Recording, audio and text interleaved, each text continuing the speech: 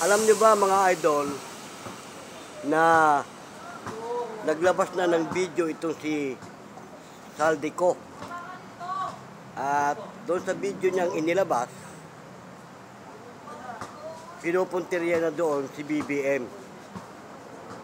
At ang malupit pa niyan, doon sa video inilabas niya, baka maraming sumakay dahil nga nalalapit ang aming rally sa iglesia, eh maraming magsisisigaw na BBM resign o BBM go down.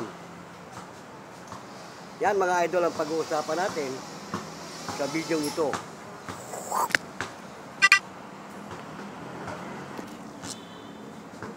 Ngayon mga idol, bago natin ituloy ang ating paksa, nais ko munang batiin kayo ng isang magandang hapon.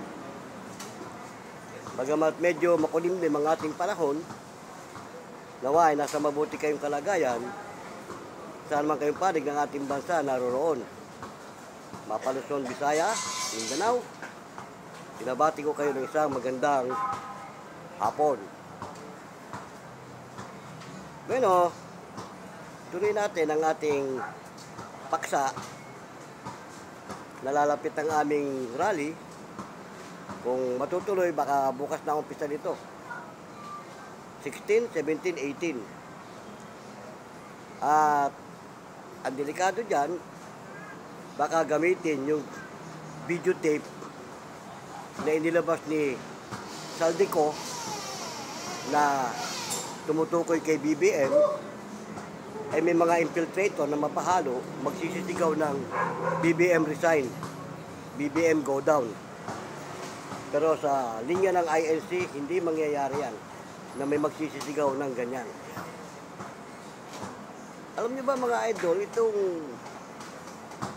inilabas na video ni Saldico, parang scripted, hindi ka paniwala. At may bahid ito ng maling sistema. Bakit?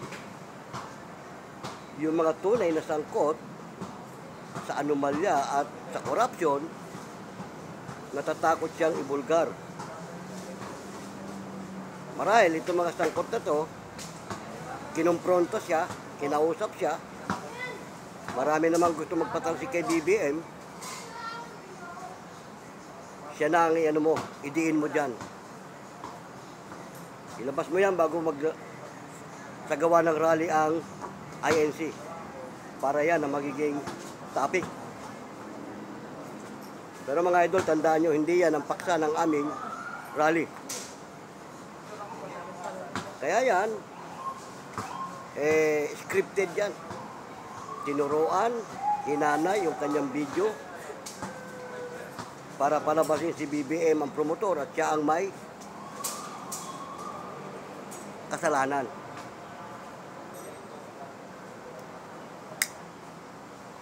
Ngayon mga idol, yan, doon sa mga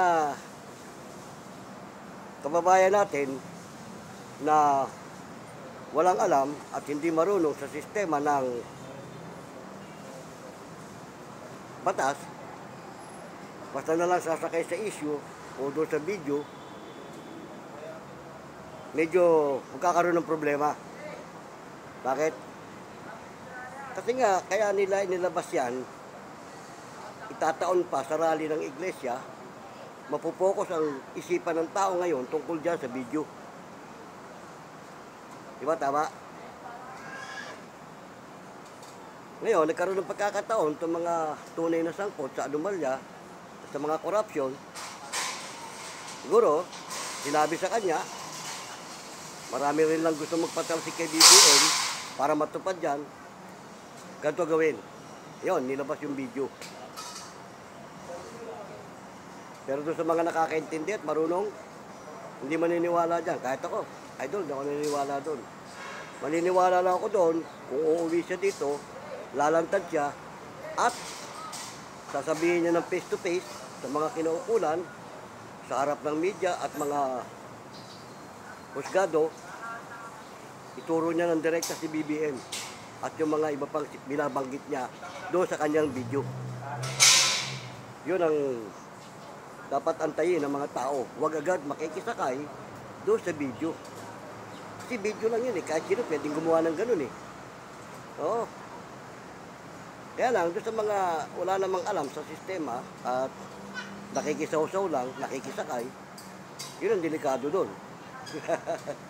At yun ang pagmumula ng gulo na magsisisigaw na BBM resign, BBM baba. Di ba? Pero ang ating mga military, ang loyalty nila, siyempre, nasa kanilang commander-in-chief. At hindi nila pahihintulutan na magkagulo. Kasi ang hukbong sandatahan, ultimo pulis, under niyan. Kasi hindi naman sila military. Pag nag-military takeover, anong papel ng pulis? Di ba? Alam mo anong panahon ng matandang Marcos nung mag-military takeover? Kawawa mga pulis eh. Kasi yung queuing ko, isa sa mga pulis nung panahon na yon, floating sila. Oo. Kulang-kulang isang linggo siya nasa bahay. Wala silang duty. Hindi sila makaporma. Bakit? Hindi naman sila military. Kasama pa nga silang huhulihin kung tutusin eh. Pero, ang ginawa ni Marcos, ng matandang Marcos, para wag maging mukhang kawawa ang mga pulis, ginawa niyang integrated national. Binigyan niya ng puwang. Hinalo sa militar. Maging katuwang ng military. Kaya naging integrated national police. Nung pag-upo ni Cory, mas pinaganda. Inamyendahan yon. Kaya naging PNP, di ba? Lalo na noong panahon ni Ramos. Ganyan mga idol, kaya itong sistemang ito, hindi makikihalo basta-basta ang militar na makikiayon sa sistema ng mga tao. Bakit? Kailangan mo na gumulong ang hustisya. Umarap siya, talakayin, imbestigahan, turo niya ng personal, si BBM. At kung siya haharap ng personal sa hukuman at sa media, sa mga taong bayan, wala siyang dapat ikatakot. Bakit? Sigurado nasa under protection siya. Dahil kung sino ang dapat na kasuhan at ikulong, yun dapat. Diba? Kaya nga mayroon pa nga nagsalita sa social media, ang sabi, yun daw sinasabi ni BBM na maraming makukulong before Christmas. Baka raw magbaliktad, si BBM ang makulong. Malabo mangyari yun, idol. Bakit? Eh alam na kung sino mga dapat eh. Oh. Kaya marahil ito si Saldico, kinumpro na to ng mga sangkot sa korupsyon. Natatakot sila. Kaya naglabas ng bidyong ganyan. Pero sa mga nakakaintindi, mga idol, hindi lulusot yun. Sa akin lang, hindi lulusot yung video na yun. Hanggat hindi siya humaharap ng personal para talakayin yung investigasyon. Sama siya sa iimbestigahan eh. At baka kasama siya sa makukulong. Kaya pumayag na siguro siya na gumawa ng script. Scripted yun eh. Parang hindi ka panipaniwala eh. Yan mga idol. Napagkukwentuhan lang naman natin yan dahil nga sa napapanahong issue. Meron ako ikukwento sa inyo. Hindi ito tungkol sa corruption o kung ano paman. Krimen. Magsasample ako. 6 na magkakabarkada. Ha? 6. Yung 5, kriminal. Yung isa, walang alam. Although barkada. Meron silang pinaslang na tao na ang gustong palabasin, yung barkada nilang isa ang ituro na siya may kagagawan. Ganyan mga idol. Tuloy natin yung kwento. Yung 5 yun, ang isa doon, kasama doon sa 5, doon sa 4 na pumatay, pero hindi siya kasama sa pumatay. Nandun lang siya. Kaharap siya nung paslangin yung tao. Tapos yung isa namang barkada nila, walang alam sa nangyari. Nabalitaan na lang. Na may pinatay pala yung tropa niya. Ngayon, itong kasama doon sa pangyayari, pero hindi naman siya kasamang pumatay, yung 4 lang ang bumira. Natakot ngayon yung 4 na baka ikanta siya nung kasama nila na nakaharap sa pangyayari. At yung kasama nila nakaharap sa pangyayari, kilala doon sa lugar. Kaya siya ang pwedeng ituro agad para pakantahin. Siyempre, itong taon to, natatakot din siya na baka ako tuturo niya yung mga kasama niya, na totoong may kinalaman, siya naman ang paslangin.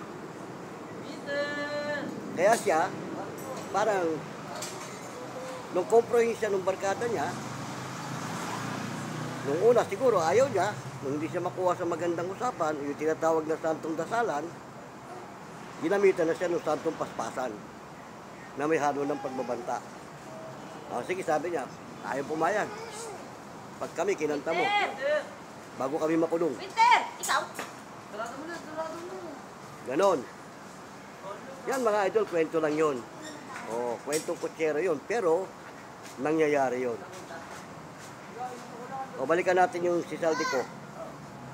Malay mo, ganyan ang senaryo ng mga sangkot sa corruption. Baka kinumpro siya sa ibang bansa, pinuntahan siya ng mga ibang sangkot, kinausap siya. Baka sinabi sa kanya, total, maraming gusto magpatalsik kay BBM. Di, siya na idiin mo at yung iba niyang kasama. Parang ganon. Di ba? Kaya doon sa mga nakakaintindi, mga idol, sa pangyayari, hindi basta-basta maniniwala dyan. Lalo pa, sasabay sa rally namin, yung pagbubulgar. Kaya maraming magsisisigaw dyan na BBM baba, BBM resign. Pero yan, sana wag naman makisakay yung mga tao na gano'n ang gusto mangyari. Antayin yung tunay na paglilitis, pauwiin siya rito, imbestigahan siya, doon niya sabihin ng harapan yung mga sinabi niya doon sa video. Doon niya sabihin sa harap ng media, ng mga taga-usig, at ng mga mamamayan. At doon malalaman ang katotohanan. Bago litisin kung sino ang dapat litisin. Ikulong kung sino ang dapat ikulong. Di ba tama? Yan mga idol, pagkukwentuhan lang naman natin yan dahil nga doon sa napapanahong issue. Kasi nga, ang tao madaling makisakay eh. Kagaya nun, yung mga nakapanood ng video na yun, yung mga mababaw ang isip at galit kay BBM, pasok agad sa isip nila. Sige, patalsikin na yan. Di ba? Pero, malabong mangyari yan kapag talagang ang rally kasi ng iglesia, wala dyan sa ganyang pakay. Ang pakay ng rally ay transparency at saka democracy. Kaya Iglesia ni Cristo hindi makikisakay sa ganyan. At nabanggit ko na sa mga una kong video, hindi papayagan ng INC na may mapahalo sa kanila na magsisisigaw ng kung ano-ano. Dahil nga kami, may sarili kaming yung tinatawag na SCAN, Security Force, tagapamayapa namin, tagapangalaga ng kapayapaan at katahimikan. At ang hindi nila alam, kami, kahit hindi pareho ng lokal, magkakaibang lokal, nagkakakilalan ang mga kaanib. Kaya wala pwedeng makahalo sa grupo namin na gagawa ng kalukuhan. May banta na nga, DILG, aarestuin daw mga Iglesia ni Cristo. Di ba? may lumabas na ganong sa social media. Kaya lalong ihigpitan ng aming mga iskan ang seguridad, pangangalaga sa mga kapatid. Yan, nabanggit ko na nga rin kasi nga ang Iglesia ni Cristo bago magdaos ng ganyan, may mga isinasagawang panata at panalangin para humingi ng gabay, patnubay, higit sa lahat, kaligtasan sa anumang uri ng kaguluhang mangyayari. Ganyan mga idol, yung kinukwento ko doon sa magkakabarkada na may Pinas lang, siyempre, yung mga pumasmas, takot talaga yon na mabulgar sila at makukulong sila. Kinompro nila ngayon itong isa, ituro yung isang barkada na wala namang kinalaman, although barkada nila, at siya nakakaalam sa pangyayari, at the same time, kilala siya doon sa lugar, siya ang dadamputin. Kaya nga nagtago eh. Nagtago din yun. Para huwag siya mahuli. Madali lang gumawa ng senaryo, idol. Kaya huwag kayo agad maniniwala doon sa video ni Saldico. Maaaring kinompro yan ng mga sangkot sa anomalya para ma-absuelto sila. Pero, palibasa si BBM, alam na niya kung sino-sino yan, mga yan. At sabi nga niya, before Christmas, may makukulong na. May lumabas din sa social media na baka daw magbaliktad na mangyayari. Yung sinabi ni BBM na may makukulong, baka si BBM daw makulong. Hindi mangyayari yun, mga idol. Bakit? Paano may kukulong yung isang tao na hindi dumaan sa tamang paglilitis? Eh samantalang ito, mga sangkot, kilala na. Ayaw nga nang humarap siguro. Lalo to si Saldico. Siya ang number 1 sangkot sa anomalya. Bakit? Milyon-milyon yung perang napunta siguro sa kanya. Dahil lahat ng proyekto sa kanya yata dumaan eh. Ngayon, siyempre, yung mga sangkot involved, natatakot, makikanta siya, ikanta sila. Kaya ang layunin, kay BBM ibagsak ang lahat. Pero may mga ebidensya daw na ipapakita tungkol dyan, palpak naman din yung mga ebidensya. Siyempre, pag dumaan sa tamang pagsusuri yan, malalaman ng katotohanan. At yan ang abangan natin, mga idol. Huwag tayo agad makikita kayo doon sa video niya na si BBM ang di umano mastermind. Ang pinag-uusapan dyan, yung mga ghost project, yung mga anomalya, corruption sa mga naging proyekto. Di ba? Pagkatapos, ang layunin ng Iglesia, maging transparency sa sistema at democracy. Ganyan mga idol. Yun naman, napagkukwentuhan at napag-uusapan lang natin dahil nga sa napapanahong issue.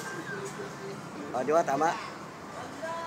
Kaya ang advice natin sa ating mga kababayan, huwag agad makikisakay sa ganong mga video na pinakita. Kasi madali lang gumawa ng video, lalo pa, wala naman siyang kasama sa video, siya lang. Kesyo hindi na raw niya matiis, hindi na niya maano. Makukonsensya na siya. Matagal siya nagtatago. Tamo nga, nangayayat. Nangayayat siya, saka iisip, paano niya lulusutan yung ganong mga pangyayari. Di ba? Ay siya number 1 involved.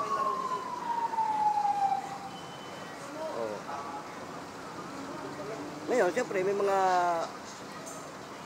tauhan tayo ng gobyerno na sabit, involved, mga dating senador, yung iba, kongreso siguro, o kung sino pa man, saka kinompro siya.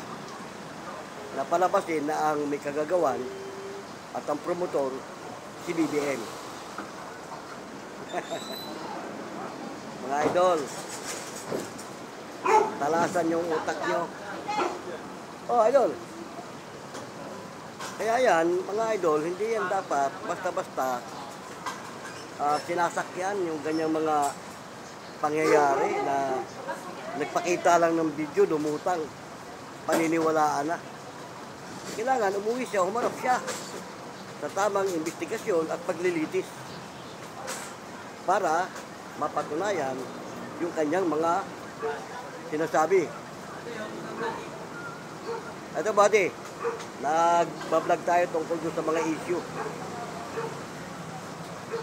Kaya mga idol, nabanggit ko na yan sa mga una kong video na ang Iglesia ni Cristo, hindi mo pwedeng isangkot sa mga ganyang pangyayari o kakasangkapanin ng Iglesia para pababain si BBM, patalsikin, ibagsak ang gobyerno. Hindi po ganyan ang Iglesia. At hindi papayag ang Iglesia sa ganyang pangyayari na mapapaiba ang issue. Dahil ang issue ng rally ng Iglesia tungkol sa transparency at saka doon sa democracy. At kung ano ang layunin, yun lang. Wala kaming pakialam dyan sa mga video na yan, kung ano mang video yan, na gustong isangkot sa rally, gustong ihalo, para lubusang magulo ang isip ng tao. O, di ba? Tama? At ang military natin, nagbitaw na rin ng salita, hindi sila makikisangkot o makikihalo sa gustong mangyari ng taong bayan na pababain si BBM sa kanyang pwesto o gibain ang gobyerno. Bakit? Ang loyalty ng mga military nasa kanilang commander-in-chief at sa ating bansa. Bilang Pangulo, commander-in-chief ng AFP, yun ang dapat mangyari. Kaya nga pinapangamba ng iba dyan, baka hindi natin masasabi, pag talagang gagawa sila ng kaguluhan, kikilos ang ating mga militar, baka isabay ni BBM ideklara ang batas militar, lalong maraming makukulong pag nagkataon. Pero pasalamat nga lang tayo, mahaba ang pasensya ng ating Pangulo. Ayaw niyang gawin hanggat maaari yung mga bagay na hindi dapat. Pero kung hinihingi ng pagkakataon at kailangan na, may power ang ating presidente para gawin ang nararapat. Yun. Malamang gamiting issue yan ng mga tao yung video na yun. Pero sana wag. Huwag silang sumakay doon. Hayaan nilang gumulong ang batas para lumitaw ang katotohanan. Dahil yan ang paksa ng rally. Transparency at saka democracy. Yan mga idol. Napagkukwentuhan lang naman natin dahil nga doon sa video inilabas ni Saldico. At maraming mga taga-social media ang sumasakay doon at naniniwala. Alam mo naman natin, ang mga taga-social media minsan, mga influencer, pero sana wag makisakay ang taong bayan doon sa ganung issue. Nagagamitin yung video na yon para pababain ang ating Pangulo at bagsak ang ating gobyerno. Kasi unang-una ang tanong, sinong papalit? Si Sara? Kailan pa man, tandaan nyo mga idol, kapag si Sara naging presidente, lalong mawawala ang basbas ng itaas. Bakit? Hindi pumapayag ang Diyos na maging Pangulo ng isang bayan o bansa ang babae. Maging Pangulo man, hindi wala yung basbas. Kasi nga, ang itinalagang Pangulo, kahit sa pangkaraniwang sambahayan, lalaki. Kaya nga may padre de pamilya. Ang sabi nga, ang lalaki, haligi ng tahanan. Ang babae, ilaw. O, di ba? Ilaw ng tahanan. Hindi pwedeng maging ulo o pangulo. Yan. Yung nilabas din ng video, para naman tukso, isasabay pasarali ng iglesia. At makakala nila, may hikayat nila ng iglesia, magsisisigaw sila ng bongbong baba, bongbong resign. Hindi makikihalo ng iglesia dyan. At hindi yan ang paksa ng rally. Tandaan nyo mga idol. Hindi yan kasama sa ipinanata ng kabuuan ng iglesia. Ang ipinanata, transparency at democracy. Yun ang dapat manaig. Paano? Kita-kita na lang tayo sa rally. Mga idol, salamat ng marami sa maikling video ito. Sinamahan niyo ako. At muli, saan man kayong panig ng ating bansa, binabati ko kayo ng isang magandang hapon. Sa ibayong dagat, saan man kayong panig ng ating mundo, nawa ay nasa mabuti kayong kalagayan, lalo na yung mga kapatid natin sa ibang panig ng mundo. Subaybayin nyo na lang ang mangyayari sa ating gagawing malawakang rally. Okay na Kung muli inyong lingkod, si Boyet, pasamantala nagpapaalam. Hanggang sa muli, paalam!